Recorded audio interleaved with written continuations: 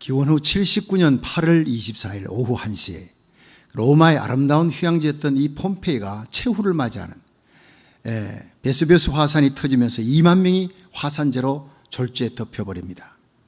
그 도시는 원래 대형 원형 경기장이 있어요. 날마다 검투사들이 거기서 경기를 하고 또 검투사와 맹수들이 경기하는 걸 보기 위해 구름대같이 많은 사람들이 모인다고 합니다. 그리고 또 연극장에는 연극이 펼쳐지고 대형 목욕탕이 있었고 화려한 술집과 또 식당들이 절비했다고 합니다. 수도 로마에서와 같이 귀족들이 거기 와서 휴양을 하는데 거기서 마음껏 귀족들이 즐길 수 있는 모든 시설은 다 갖추어져 있다는 겁니다. 집집마다 당시에 기원 후 79년인데 도대체 몇 년 전입니까? 2000년 전에 집집마다 수도관이 다 배열이 되어 있다고 하는 나무로 만든 수도관입니다. 그리고 청동으로 수도꼭지를 다 만들었어요. 아주 높은 수준의 문명을 누리던 곳입니다. 복원된 어느 집은 작은 미술관을 방불케 할 정도로 아주 멋있는 대리석 조각품들이 많았고 벽화들의 아름다운 그림들이 있었습니다. 분수가 있는 정말 아름다운 정원이 있어서 이 폼페이 사람들의 뛰어난 조형 감각과 예술적 그런 수준을 알 수가 있었다고 합니다. 그런데 이 아름다운 이렇게 최고의 문명을 자랑했던 그 도시가 단 하나, 하나님 보실 때 엄난한 도시, 공중 목욕탕에 거기에 이 그려진 벽화가 거의 포르노 수준입니다. 남자와 남자로 더불어 그런 음욕을 행하는 그런 동성애가 거기에다 그려져 있고 사람이 동물과 하는 정말 그런 것들이 공중 목욕탕에 그렇게 그려져 있는 게 이렇게 발굴이 됐다면 아무리 아름다운 도시라도 하나님 보실 때 하나님께서 베스비우스 화산을 터뜨려 그렇게 졸지에 100억 톤의 100억 톤의 화산재와 돌들과 용암이 분출되면서 순식간에 그 도시를 덮어버리게 한 겁니다. 노아 홍수 때처럼 소돔 고모라처럼 하나님께서 유황불로 뒤집어버리듯이 화산을 터뜨렸는데 이 화산이 터지는 날에도 원형 경기장에는 사람들이 몰려서 또 식당과 술집에는 사람들이 몰려서 먹고 마시고 즐기고 있었다고 합니다. 누가복음 21장 34절에 보면 너희는 스스로 조심하라. 그렇지 않으면 방탕함과 술취함과 생활의 염려로 마음이 둔하여지고 그날이 너희에게 덫과 같이 임하리라 했어요. 오늘 보면 마태복음 24장 37절에 보면 노아의 때와 같이 인자의 임함도 그러하리라. 홍수전에 노아가 방주에 들어가던 날까지 사람들이 먹고 마시고 장가들고 시집가고 있으면서 홍수가 나서 저희를 다 멸할 때까지 깨닫지 못하였어요. 인자의 임함도 그러하리라. 예수님께서 재림하실 때도 이와 같은 생각지 않은 날 온다는 거예요. 평안하다 안전하다 할 때 덫과 같이 임한다는 거예요. 에녹은 하나님께서 홍수전에 데리고 올라갔습니다. 들림받는 사람의 예표요. 노아는 홍수를 통과하면서 그 심판과 환란을 통과하면서 그 재앙 속에도 하나님께서 노아와 함께 그의 7 식구 8명을 전부 다 살립니다. 노아는 자기 가정을 지킨 사람이에요. 며느리까지 보호하는 구원을 온 가족을 구원한 사람. 어떻게 노아가 이런 믿음을 가졌는지 이런 영향력 있는 살아있는 믿음을 가졌는지 우리 한번 살펴보고 은혜 받는 시간 되기를 축원합니다. 첫째로 노아는 하나님과 동행하는 사람이었습니다. 창세기 6장 9절에서 11절을 읽어봅니다. 시작. 노아의 사적은 이러하니라. 노아는 의인이요 당세에 완전한 자라.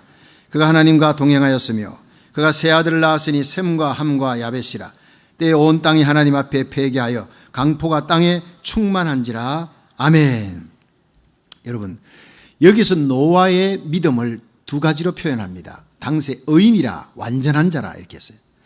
좀 우리하고 거리가 좀 먼 것 같은 생각이 듭니다. 그런데 히브리어를 보니까 그게 아니었습니다. 희소식이 있습니다. 의인이라는 것은 이시 차디크라는 거예요. 죄가 전혀 없는 무죄한 상태가 아니라 하나님 앞에서 베스트 트라이, 그 배로 하나님 삼고 부끄러운 영광을 삼는 죄악이 관영한 그 시대에 하나님이 썰어버리려고 심판하려는 그 시대에 정직하게 살려고 의롭게 살려고 거룩하게 살려고 몸부림치는 삶, 베스트 트라이, 최선을 다하는 삶을 하나님이 중심을 보셨다. 당시에 완전한 자라는 말이 히브리어로 이시타밈입니다. 이것은요 그 행위가 한 점 티도 없이 무결하다 이게 아닙니다. 하나님 앞에 그 양심의 부끄러움이 없게 살아가려고 성실히 노력했다라는 이 뜻입니다. 그 양심의 부끄러움이 없도록. 여러분 사도행전 23장 1절에 보면 바울이 여러분 형제들이여, 나는 범사에 양심을 따라 살았다. 양심에 부끄럼 없이 살았다. 이것이 바로 선한 싸움 싸우고 달려갈 길 달리는 우리 그리스도인의 모습이에요. 그럼 하나님께서 의롭다, 너 완전하구나, 그렇게 인정해 주시겠다는 겁니다. 할렐루야. 근데 이 노아의 의롭고 완전한 그 신앙이 하나님과 동행했더라라는 말로 표현됩니다. 여러분, 하나님과 동행하는 것은 하나님보다 앞서가지도 않고 뒤로 처지지도 않고 하나님 손잡고 또박또박 같이 걸어가는 거예요. 도덕적으로 일치하고 뜻이 일치하고 하나님과 의사소통이 되는데 한마디로 표현하면 믿음 좋은 삶이라는 겁니다. 여러분, 믿음 좋은 게 어떤 겁니까? 그것은 피스티스, 믿음이라는 게 헬라어로 피스티스입니다. 피스티스는 세 가지입니다. 나에게 진실, 남에게 성실, 하나님께 충성. 이 세 가지가 트라이앵글이 돼야 되는 겁니다. 하나님께 충성하고 열심히 기도 생활 잘해도 내 자신이 하나님 앞에 숨은 죄가 있고 진실하지 못하면 그 믿음 좋은 게 절대 아니라는 겁니다. 내가 하나님 앞에 진실하게 살아도 남에게 성실하지 못하면 그거 아니라는 겁니다. 아무리 교회 열심히 충성하고 헌신하고 선교해도 남의 돈 떼먹고 살아가는 사람, 믿음 좋은 사람이 절대 아니라는 거예요.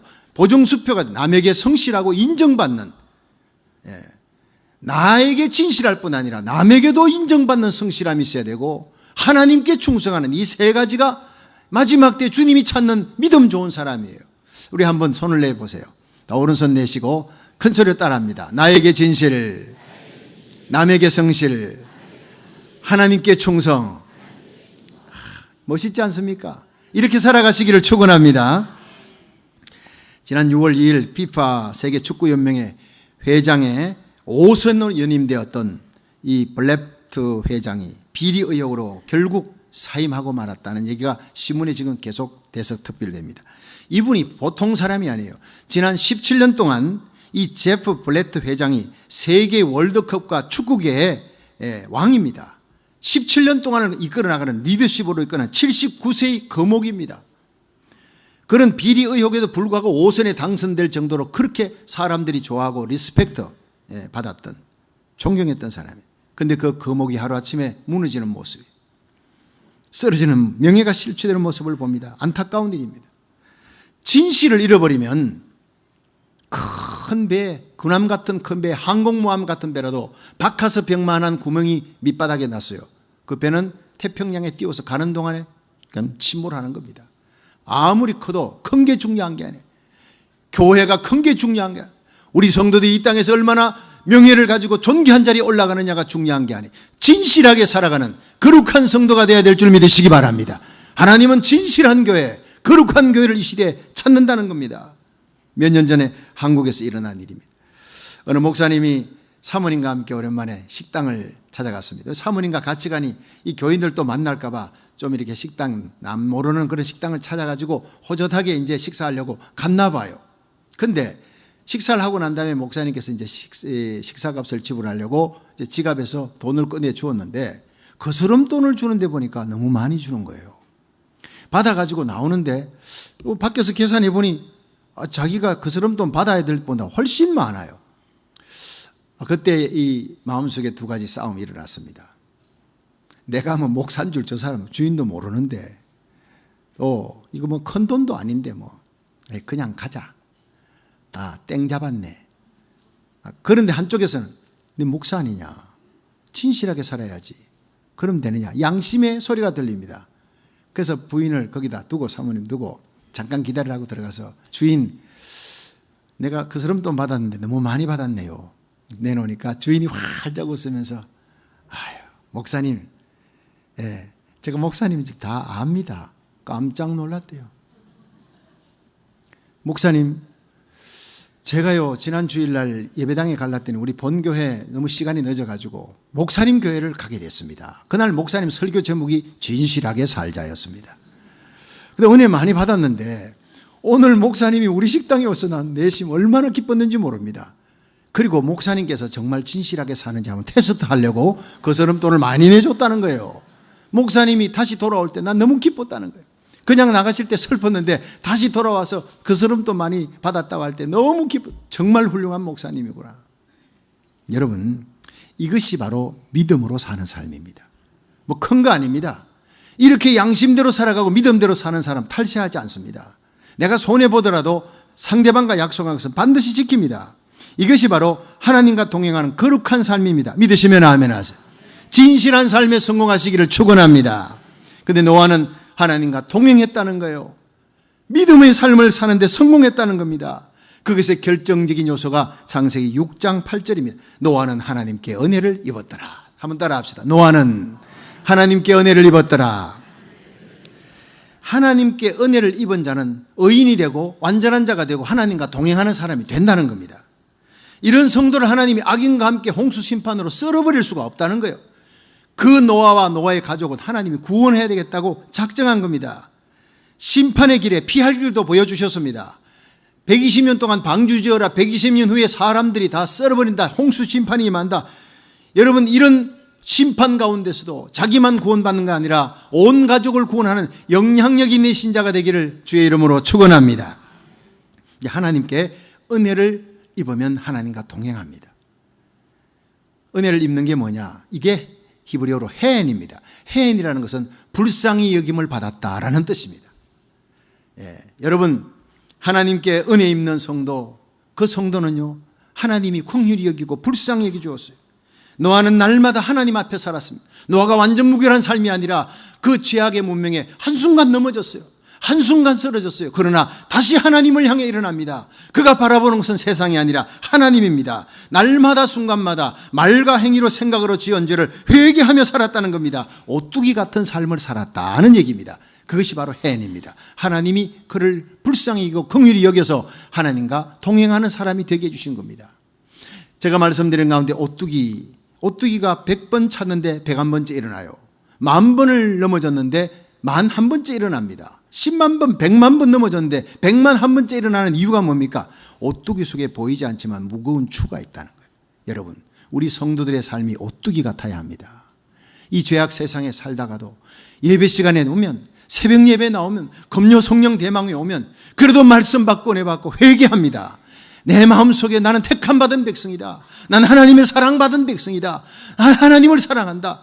나를 위해 십자가에 달리신 예수님, 그 주님의 마음을 아프게 해서는 안 된다. 그렇게 하고 다시 일어나는 겁니다. 할렐루야. 이것이 바로 해인이라는 겁니다. 우리 가슴 속에 정말 주님을 뜨겁게 사랑하는 신자가 되기를 주의 이름으로 축원합니다. 우리 마음 중심에 진정 사특함이 없고 거짓이 없고 하나님 사랑하는 뜨거운 마음이 있다면 반드시 하나님께서 불쌍히 여기시고 은혜를 베푸사 하나님과 동행하는 거룩한 성도 되게 하실 줄로 믿으시기 바랍니다. 여러분, 노아처럼 우리 마음의 중심이 주님을 뜨겁게 사랑하는 삶을 살면서 하나님께 은혜를 입어 이 패역하고 음란한 시대에 하나님의 거룩한 백성으로 살다가 우리 주님 만날 수 있기를 주의 이름으로 축원합니다. 두 번째로, 노아는 경외함으로 방주를 예비했습니다. 우리 같이 히브리서 11장 7절 읽어봅니다. 시작. 믿음으로 노아는 아직 보지 못하는 일에 경과심을 받아 경외함으로 방주를 예비하여 그 집을 구원하였으니 이로 말미암아 세상을 정죄하고 믿음을 쫓는 의의 후사가 되었느니라. 아멘. 자, 여기서요, 노아가 경외했대요. 보지 못하는 일에 경과심을 받아 하나님을 경외함으로 방주를 예비했다. 이 경외가 뭐냐? 거룩한 두려움입니다. 말씀을 듣자마자 막 떨었다는 거예요. 두려움이 임했다는 겁니다.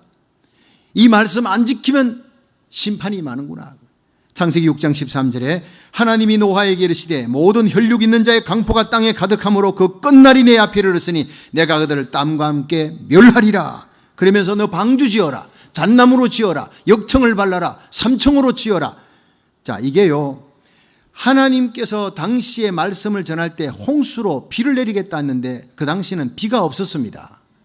지금처럼 소나기도 있고 비가 있으면 이해는 하지만 비가 없는 시대에 비 내리겠다, 비로 심판하겠다니 보지 못하는 일에 경고하심을 받았다는 말이 바로 그겁니다.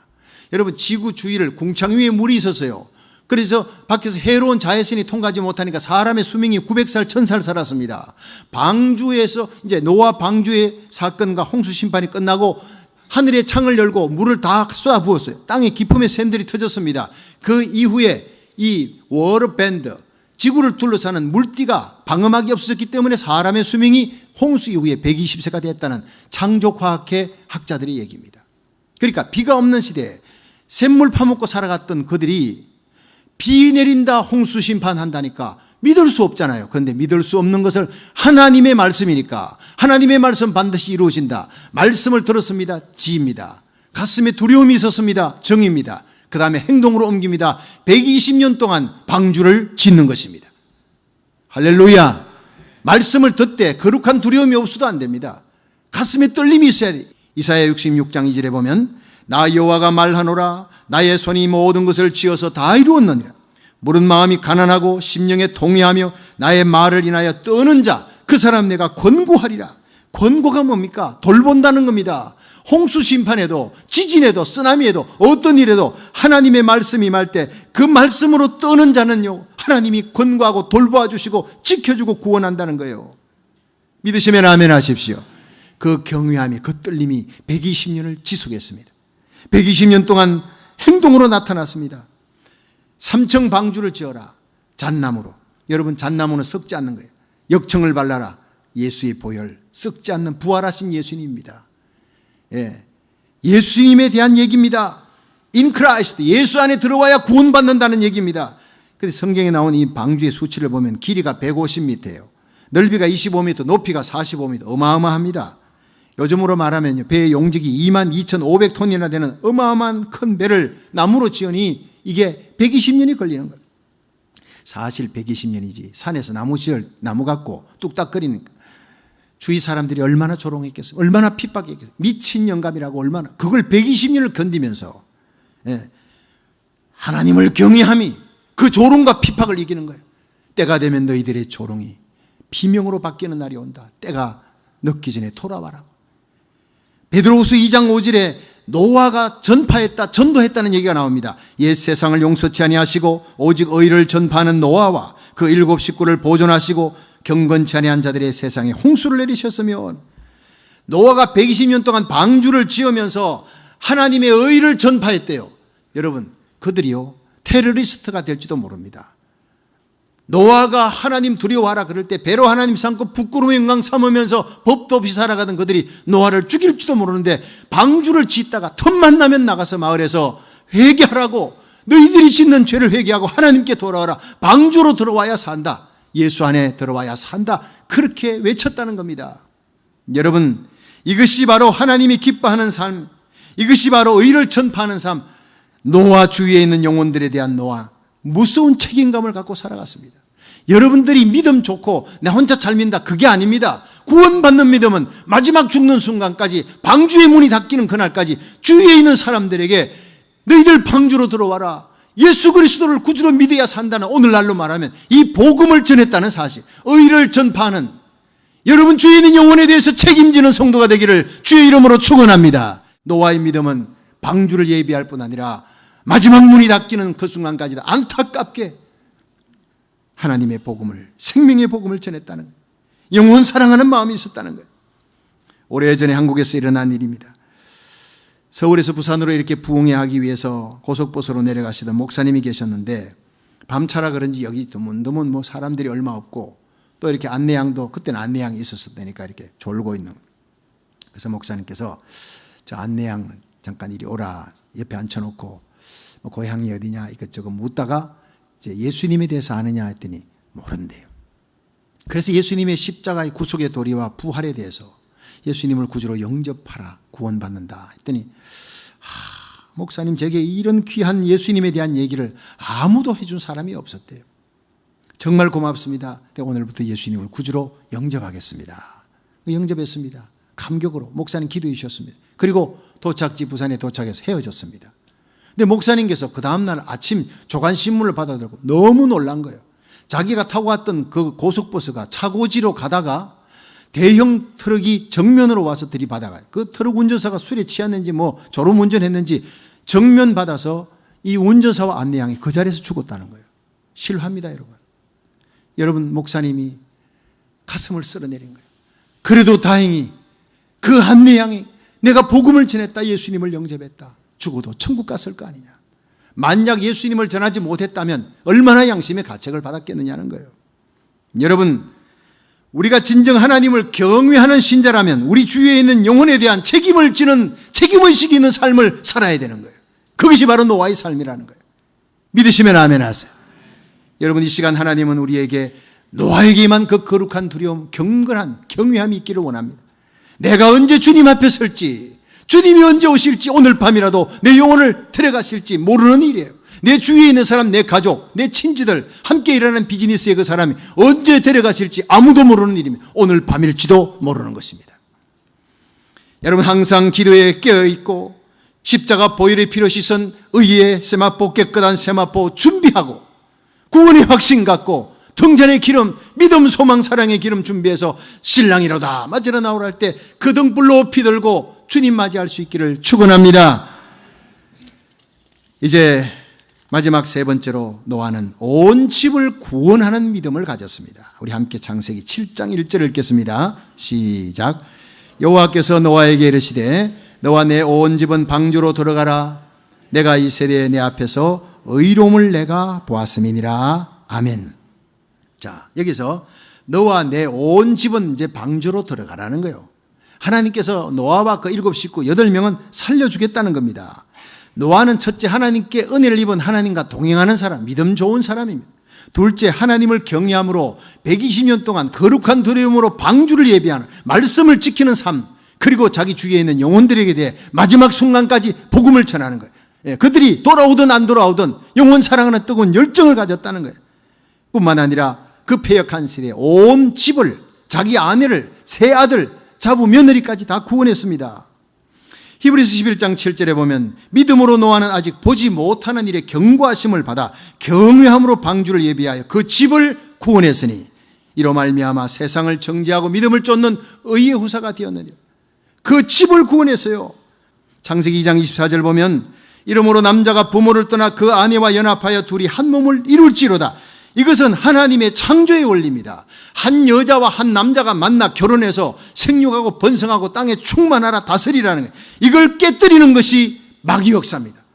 이게 바로 결혼을, 가정을 깨뜨리는 거예요. 창조 원리를 깨뜨리는 거예요. 동생의 자들이 범하는 죄가 얼마나 무서운 죄입니까? 그게 노아 홍수 때의 심판을 자초한 죄요, 소돔 고모라의 죄요, 폼페이 최후의 날의 죄요. 이것이 만약 수용되어진다면 이 땅 역시 심판을 면치 못할 것입니다. 목숨을 걸고 그리스도인들은 일어나 막아야 될 줄로 믿으시길 바랍니다. 창세기 6장 2절 보면 하나님의 아들들이 사람의 딸들의 아름다움을 보고 자기들이 좋아하는 모든 자로 아내를 삼는지라. 여호와께서 가라사대 나의 신이 영원히 사람과 함께 하지 아니하니 이는 그들이 육체가 되며. 하나님이 내가 이제 사람들 보기 싫다, 썰어버리겠다, 내가 그들 떠나겠다, 그들 육체가 됐다. 이게 뭡니까? 하나님의 아들들이 뭐냐? 천사 아니올시다. 하나님의 아들들은 가인과 아벨이, 가인이 아벨 죽였잖아요. 그 아벨 대신에 셋의 후예들입니다. 하나님을 경외하는 그 셋의 후예들이 믿음 잘 지키고 예배 잘 드리고 하다가 어느 날인가 세상의 딸들의 아름다움, 가인의 후예들이 너무너무 이뻐요. 33, 22, 33. 그리고는 이들이 결혼 대상이 예수 잘 믿느냐, 신앙생활 잘하는, 예배 잘 드리는 가치관이 그게 아니고, 믿음이 가치관이 아니고, 그건 두 번째고, 이제는 일단 외모가 좋아야 돼. 돈 많은 사람, 재주가 있느냐. 여기에 섹스가 하나님이 된 겁니다. 쾌락이 하나님이 된 겁니다. 가치관의 프라이어리티 1순위가 바뀌어버렸습니다. 하나님께서 셋의 후예들과 하나님의 아들들, 사람의 딸들 다 썰어버리는 거예요. 셋의 후예들과 가인의 후예들을 한꺼번에 다 썰어버려요. 교회 안에 혼합주의가 들어오기 때문입니다. 그들이 육체가 됩니다. 육체는 히브리어로 바사레, 그냥 몸이 아니에요. 죄악에 내던져진 엄난한 몸, 타락한 육체, 그냥 정욕대로 사는 살덩어리예요. 영성이 죽었어요. 스피리추얼리티가 죽었어요. 하나님과 교감을 가지는 그 기도 생활, 찬양하며 예배드리는 그것이 첫 번째 가장 귀한 가치관이 됐는데 이제는 섹스가 하나님이 되어버렸습니다. 하나님이 진노하셔서 나의 신이 영원히 사람과 함께 하지 아니하리라. 하나님이 사람 지으신 것을 한탄하시고 마침내 홍수로 썰어버린 겁니다. 여러분, 여호와께서 사람의 죄악이 세상에 관영했습니다. 동성애 사건이 지금 전 세계를 지금 몸살을 앓게 만드는 거예요. 그 마음의 생각의 모든 계획이 항상 악할 뿐임을 보시고 땅 위에 사람 지으셨음을 한탄하사 마음에 근심하시고 엄난하고 패역한 시대, 사람들의 마음의 생각과 모든 계획이 다 악했습니다. 그런 시대에 노아는 자녀들을 믿음으로 키웠습니다. 자녀들에게 영향력 있는 아버지, 며느리들에게 영향력 있는 시아버지, 악한 세상의 문화에 동요되지 않았어. 배역하고 사악한 시대에도 하나님께 은혜를 입어 자기만 구원할 뿐 아니라 아내도 새아들 며느리까지 다 구원하는 경외함으로 방주를 예비하여 온 집을 구원했어요. 베드로후서 2장 5절에 옛 세상을 용서치 아니하고 오직 의를 전파하는 노아와 그 7 식구를 보존하시고 경건치 아니한 자들의 세상에 홍수를 내리셨다. 마침내 하나님이 재앙을 내린 거예요. 그런데 노아의 믿음의 영향력은 그 심판 가운데서도 방주 안에서 온 식구들을 구원해 얼마나 기뻤겠습니까? 얼마나 감사했겠습니까? 이처럼 노아는 자기 가족을 다 구원했습니다. 주님 오시는 날 이리로 올라오라 할 때, 이 세상은 환난으로 뒤덮여질 때 저와 여러분이 우리의 자녀들의 손을 잡고 함께 온 가족이 한 명도 이뤄지지 아니하고 주님의 보좌 앞에 설 수 있기를 주의 이름으로 축원합니다.